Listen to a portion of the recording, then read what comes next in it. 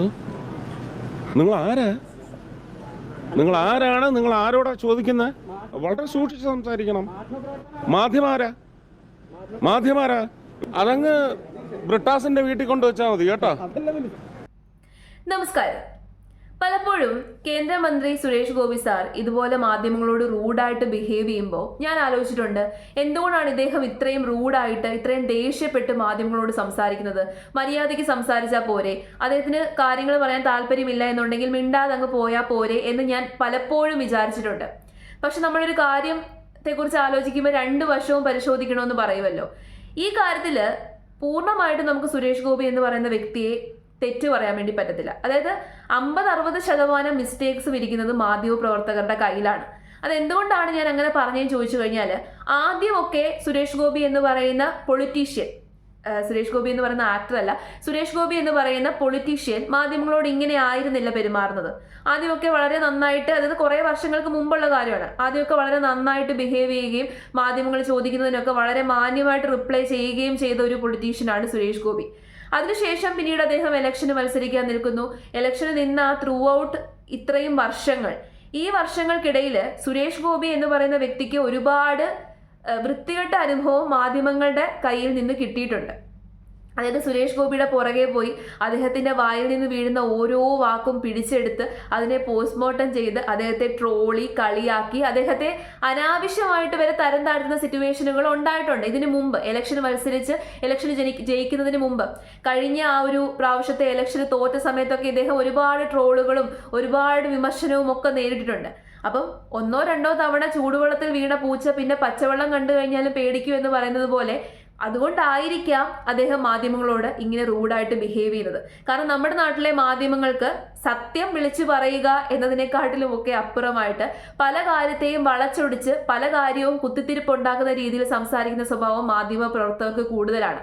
അപ്പൊ അത് ഇദ്ദേഹത്തിന് തീർച്ചയായിട്ടും അറിയാം. ഇദ്ദേഹത്തിന് ഒരുപാട് എക്സ്പീരിയൻസും ഉണ്ടായിട്ടുണ്ട്.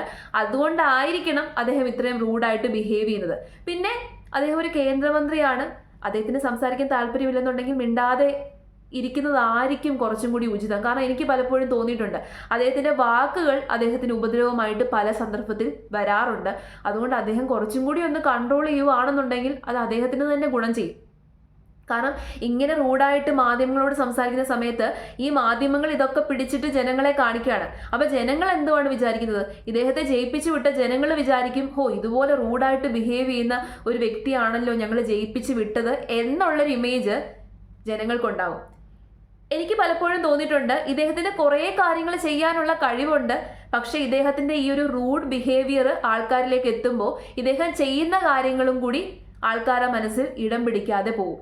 പിന്നെ ഇപ്പോൾ വഖഫ് ഭേദഗതി ബില്ല് നമ്മുടെ പാർലമെന്റ് ഒപ്പുവെക്കാൻ പോവാണ്, അത് പാസ്സാക്കാൻ വേണ്ടി പോവാണ്. അതിനെക്കുറിച്ചിട്ടാണ് ഇപ്പം കുറേ ദിവസമായിട്ട് സംസാരിക്കുന്നത്. എമ്പുരാൻ വിഷയമൊക്കെ തള്ളിപ്പോയി, ഇപ്പോൾ വഖഫ് ഭേദഗതി ബില്ലിനെ കുറിച്ചിട്ടാണ് മാധ്യമങ്ങളൊക്കെ സംസാരിച്ചുകൊണ്ടിരിക്കുന്നത്. അപ്പൊ അതിനെക്കുറിച്ച് തന്നെയാണ് സുരേഷ് ഗോപി സാറിനോട് ഈ മാധ്യമങ്ങൾ ചോദിച്ചത്. ഏതായാലും ആ എക്സാക്ട് പോയിന്റ് എവിടെ വെച്ചിട്ടാണ് സുരേഷ് ഗോപി സാർ ദേഷ്യപ്പെടുന്നത് എന്നുള്ളതിന്റെ വീഡിയോ ഞാൻ കാണിച്ചു തരാം. മുമ്പത്തെ പ്രശ്നമല്ല പരിഹരിക്കപ്പെട്ടത്. നിങ്ങൾ ആദ്യം മുതൽ ഞാൻ പറയുന്നുണ്ട്, ഭാരതത്തിൽ ഈ കിരാതമാണ് അവസാനിപ്പിച്ചിരിക്കുന്നത്. നന്മയുള്ള സ്ഥാപനമാണ്. ആ നന്മയുള്ള സ്ഥാപനത്തിലെ അപാകതകൾ അല്ലെങ്കിൽ ഒരുപക്ഷെ കിരാത രൂപത്തിലേക്ക് അത് മാറുന്നതിൻ്റെ എല്ലാ ലക്ഷണങ്ങളും കണ്ട് അങ്ങനെ സംഭവിക്കാതിരിക്കാനും വലിയ ഒരു സമൂഹത്തിന് അത് ദോഷകരമാവാതിരിക്കാനും ആ സമുദായത്തിലെ തന്നെ അല്ലെങ്കിൽ ആ വിഭാഗത്തിലെ തന്നെ ആൾക്കാർക്ക് പോലും ദോഷകരമായി ഒന്നും സംഭവിക്കാതിരിക്കാൻ വേണ്ടിയുള്ള ഒരു നിയമ നടപടിയാണ് അല്ലെങ്കിൽ ഒരു നിയമ മാറ്റമാണ് നടന്നിരിക്കുന്നത്. എന്തോ നിങ്ങൾ ആരാണ്? നിങ്ങൾ ആരോടാ ചോദിക്കുന്നത്? വളരെ സൂക്ഷിച്ച് സംസാരിക്കണം. മാധ്യമാരാ ഇവിടുത്തെ ജനങ്ങളാണ് വലുത്. Please be careful. ഏതാ ചാനൽ? ഏതാ ചാനൽ? ബെസ്റ്റ്. ആദ്യമൊക്കെ ക്വസ്റ്റ്യനുകൾക്ക് വളരെ മര്യാദയ്ക്ക് ഉത്തരം പറയുകയായിരുന്നു അദ്ദേഹം ചെയ്തത്. വന്ന് ചോദിച്ചപ്പോൾ വളരെ മര്യാദയ്ക്കാണ് അദ്ദേഹം ഉത്തരം പറഞ്ഞത്, കാര്യങ്ങളൊക്കെ സംസാരിക്കുന്നുണ്ടായിരുന്നു. അതിൻ്റെ ഇടയ്ക്ക് അദ്ദേഹത്തെ ട്രിഗർ ചെയ്യാൻ വേണ്ടിയിട്ട് ഓരോരോ ചോദ്യങ്ങൾ മാധ്യമപ്രവർത്തകർ ചോദിക്കുന്നുണ്ട്. ആദ്യമൊന്നും ട്രിഗർ ആകുന്നില്ല, പക്ഷെ ഏറ്റവും അവസാനമായപ്പോൾ അദ്ദേഹം ട്രിഗറായി. മാധ്യമപ്രവർത്തകർ മനഃപൂർവ്വം ഇദ്ദേഹത്തെ ട്രിഗർ ചെയ്യാനും ഇദ്ദേഹത്തെ ദേഷ്യം പിടിപ്പിക്കാനും ഇദ്ദേഹത്തിന്റെ വായിൽ നിന്ന് എന്തെങ്കിലും വീഴാനും വേണ്ടിയിട്ട് അദ്ദേഹത്തോട് ഓരോരോ കുത്തിത്തിരിപ്പ് ചോദ്യങ്ങൾ ചോദിക്കുന്നതാണ്. അത് പുള്ളിക്കും അറിയാം. പക്ഷേ ആ സമയത്ത് നമ്മൾ എന്താണ് ചെയ്യേണ്ടത്? നമ്മൾ ട്രിഗർ ആകാതെ നോക്കുക എന്നുള്ളത് നമ്മുടെ കഴിവാണ്. അവർ മനഃപൂർവ്വം നമ്മളെ ട്രിഗർ ആക്കാനാണ്, നമ്മുടെ വായിൽ നിന്ന് ഓരോന്ന് വീണിട്ട് അത് വെച്ചിട്ട് നമ്മളെ മോശക്കാരായിട്ട് ചിത്രീകരിക്കാനാണ് എന്ന് പുള്ളിക്ക് അറിയാം. പക്ഷെ എന്നാലും പുള്ളി ട്രിഗർ ആകുന്നു, പുള്ളി ദേഷ്യപ്പെടുന്നു. മുനമ്പത്തെ ആ ഒരു വിഷയവും വഖഫ് ബില്ലിനെ കുറിച്ചും ഒക്കെ തന്നെയാണ് ഈ മാധ്യമപ്രവർത്തകർ ചോദിക്കുന്നത്. എന്നാൽ ആ കാര്യത്തെക്കുറിച്ച് ചോദിക്കുന്നതിന് പകരം അതിൻ്റെ ഇടയ്ക്ക് വേറെ പല കുത്തിത്തിരിപ്പ് ചോദ്യങ്ങളും ചോദിക്കുകയാണ്. സത്യത്തില് ഈ വഖഫ് എന്ന് പറയുന്ന ആ ഒരു സംഭവം, വഖഫ് ബില്ലിനെ മതപരമായ രീതിയിൽ ആൾക്കാർ ചിത്രീകരിക്കുന്നുണ്ട്. കേരളത്തിന്റെ കാര്യം നോക്കിക്കഴിഞ്ഞാൽ ഇവിടെ തെറ്റിദ്ധാരണകൾ പലരും പരത്തുന്നുണ്ട്. അത് മുസ്ലിങ്ങൾക്കെതിരാണ്, അത് ക്രിസ്ത്യാനികൾക്ക് വേണ്ടിയിട്ടുള്ള ബില്ലാണ്, അത് മുസ്ലിങ്ങൾക്കെതിരാണ്, ക്രിസ്ത്യൻ സമൂഹത്തെ മാത്രം അവരുടെ ഉന്നമനത്തിന് വേണ്ടിയിട്ട് മാത്രമുള്ള ബില്ലാണ്. മുനമ്പത്തെ വെച്ചിട്ടാണ് ഈ സംസാരിക്കുന്നത്.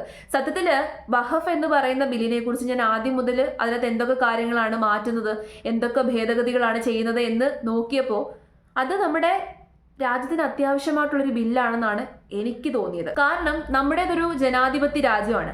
ജനാധിപത്യ രാജ്യത്ത് നമ്മുടെ കോൺസ്റ്റിറ്റ്യൂഷനും നമ്മുടെ നിയമങ്ങളുമായിരിക്കണം എപ്പോഴും ഉയർന്നു നിൽക്കുന്നത്. ആ നിയമങ്ങൾക്ക് മുകളിലായിട്ട് വേറൊരു സംഭവം വരാൻ പാടില്ല. അതിപ്പോൾ എന്ത് ബോർഡാണെങ്കിലും എന്ത് ഗ്രൂപ്പാണെങ്കിലും, മതമോ ജാതിയോ എന്തിൻ്റെ ഗ്രൂപ്പാണെന്നുണ്ടെങ്കിലും നമ്മുടെ നിയമങ്ങൾക്ക് മുകളിൽ പോകാൻ വേണ്ടിയിട്ട് പാടില്ല. എല്ലാവരും നമ്മുടെ നിയമത്തിന് താഴെ ആയിരിക്കണം. അപ്പൊ അങ്ങനെ മുകളിൽ പോകുന്ന എന്തെങ്കിലും ഉണ്ടെന്നുണ്ടെങ്കിൽ നിയമപരമായിട്ട് അതിനൊരു നിയന്ത്രണം വേണം. നമ്മുടെ കോൺസ്റ്റിറ്റ്യൂഷൻ പറഞ്ഞു വെക്കുന്ന നിയന്ത്രണങ്ങൾ അതിനുണ്ടായിരിക്കണം. അങ്ങനെ നിയന്ത്രണങ്ങൾ ഇല്ല എന്നുണ്ടെങ്കിൽ വലിയ വലിയ പ്രശ്നങ്ങളുണ്ടാകും, ഇനിക്വാളിറ്റി അവിടെ ഉണ്ടാകും, വലിയൊരു വിഭജനത്തിനും വേർതിരിവിനും അത് കാരണമാകും. ഇപ്പോൾ പ്രതിപക്ഷമായിക്കോട്ടെ, നമ്മുടെ കേരളത്തിലുള്ള ഗവൺമെന്റ് ആയിക്കോട്ടെ, അവരൊക്കെ പറയുന്നത് ഇത് വിഭജിക്കാൻ വേണ്ടിയിട്ടുള്ളതാണ്, വിഭജിച്ച് ഭരിക്കാൻ വേണ്ടിയിട്ടുള്ളതാണ്, ഇത് ഒരു വിഭാഗത്തിനെതിരും ഒരു വിഭാഗത്തിന് മാത്രം നല്ലതിന് വേണ്ടിയിട്ടാണെന്നൊക്കെ പറയുന്നുണ്ട്.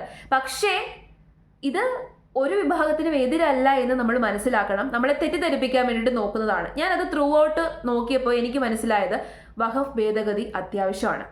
കാരണം ഒരു നിയമവും ഒരു മതവും ഒന്നും നമ്മുടെ രാജ്യത്തിന്റെ നിയമത്തിന് മുകളിൽ പോകാൻ പാടില്ല. അതിപ്പോൾ ഹിന്ദുയിസത്തിലുള്ള നിയമം ആയിക്കോട്ടെ, ഇസ്ലാമിലുള്ള നിയമം ആയിക്കോട്ടെ, ക്രിസ്ത്യാനിറ്റിയിലുള്ള നിയമം ആയിക്കോട്ടെ, മതങ്ങളും മതപരമായിട്ടുള്ള നിയമങ്ങളും ബാക്കിയുള്ള ആചാരങ്ങളും അനുഷ്ഠാനങ്ങളും എല്ലാ കാര്യങ്ങളും നമ്മുടെ നിയമത്തിന് താഴെ നിൽക്കണം. അതിപ്പോൾ ആരാണെങ്കിലും. അത് പൊളിറ്റീഷ്യൻസിനും ബാധകമാണ്. പൊളിറ്റീഷ്യൻസും നമ്മുടെ നിയമത്തിന് മുകളിലല്ല, അവരും നമ്മുടെ നിയമത്തിന് താഴെ ആയിരിക്കണം. എങ്കിൽ മാത്രമേ നല്ല രീതിയിൽ ഈ രാജ്യം പ്രവർത്തിച്ച് മുന്നോട്ട് പോകത്തുള്ളൂ. ഇല്ല എന്നുണ്ടെങ്കിലാണ് അവിടെ വേർതിരിവും വിഭജനവും ഉണ്ടാകുന്നത്. ഏതെങ്കിലും ഒരെണ്ണത്തിന് പ്രത്യേക പരിഗണനയും പ്രത്യേകമായിട്ടുള്ള ഒരു സ്ഥാനവും ഉണ്ടെന്നുണ്ടെങ്കിൽ അവിടെയാണ് വേർതിരിവുണ്ടാകുന്നത്. ഇനിയുള്ള സാഹചര്യത്തിൽ അങ്ങനെ പ്രത്യേകതയൊന്നും തന്നെ ആർക്കും വേണ്ട. എല്ലാവർക്കും ഒരേ പരിഗണനയും ഒരേ ബഹുമാനവും ഒരേ നിയമവും മതി. അതാണ് നല്ലത്. അങ്ങനെയാണെന്നുണ്ടെങ്കിൽ പ്രശ്നമുണ്ടാകും. മുനമ്പത്തെ പ്രശ്നം നമ്മൾ എല്ലാവരും കണ്ടതാണ്. മുനമ്പത്തെ ഇഷ്യൂ പരിഹരിക്കപ്പെടേണ്ടതാണ്. അത് പരിഹരിക്കാനും ഈ വഖഫ് ഭേദഗതി ബില്ലിലൂടെ സാധിക്കും. അത്രേ ഉള്ളൂ. അല്ലാതെ മുനമ്പത്തുകാർക്ക് വേണ്ടിയിട്ടുള്ള ഒരു ബില്ലൊന്നും അല്ല, മുനമ്പത്തുകാരെ മാത്രം ലക്ഷ്യമിട്ടുകൊണ്ട് ചെയ്യുന്ന ബില്ലൊന്നും അല്ല. നമ്മുടെ രാജ്യത്തിൽ ഉടനീളം പല സംഭവങ്ങളും ഉണ്ട്. ആ സംഭവങ്ങളെല്ലാം എടുത്തു വെച്ചിട്ടുള്ള ഒരു ബില്ലാണ്. അത് അത്യാവശ്യമാണ്. ഡെമോക്രാറ്റിക്കലി നോക്കുമ്പോൾ അത്യാവശ്യമാണ്. ജനാധിപത്യത്തിൻ്റെ ആ ഒരു പ്രിൻസിപ്പിളിൽ നിന്ന് നോക്കുമ്പോൾ അത് വളരെ അത്യാവശ്യമായിട്ടുള്ളൊരു കാര്യമാണ്. നമുക്കൊരു കോൺസ്റ്റിറ്റ്യൂഷൻ ഉണ്ട്. നമുക്ക് നമ്മളെ ഭരിക്കേണ്ടത് ആ ഒരു കോൺസ്റ്റിറ്റ്യൂഷൻ ആയിരിക്കണം, അതിനകത്തുള്ള നിയമങ്ങളായിരിക്കണം. ആ നിയമം അനുസരിച്ചിട്ടായിരിക്കണം നമ്മുടെ നാട്ടിലുള്ള ഓരോ സിറ്റിസണും. സിറ്റിസൺ എന്ന് മാത്രം നോക്കിയാൽ മതി. അവിടെ ജാതിയോ മതമോ വർഗമോ വർണ്ണമോ ഒന്നുമില്ല. നമ്മളെല്ലാവരും ഇന്ത്യൻ പൗരന്മാരാണ്. ആ ഒരു ലേബലിൽ നമുക്ക് നോക്കിക്കാണാൻ സാധിച്ചു കഴിഞ്ഞാൽ ഇതിനകത്ത് പ്രശ്നമൊന്നും കാണാൻ പറ്റത്തില്ല.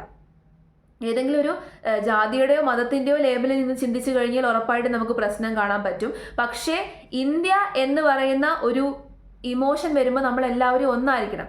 നമ്മളെല്ലാവരും ഇന്ത്യക്കാരായിരിക്കണം. നമ്മളെല്ലാവരും ഇന്ത്യൻ പൗരന്മാരാണ്. ആ രീതിയിൽ ചിന്തിച്ച് എല്ലാവർക്കും ഒരേ നിയമവും ഒരേ രീതിയിലുള്ള കാര്യങ്ങളുമാണെന്നുണ്ടെങ്കിൽ ഇവിടെ വേറെ വേർതിരിവുകളോ പ്രശ്നങ്ങളോ ഒന്നും ഉണ്ടാകത്തില്ല.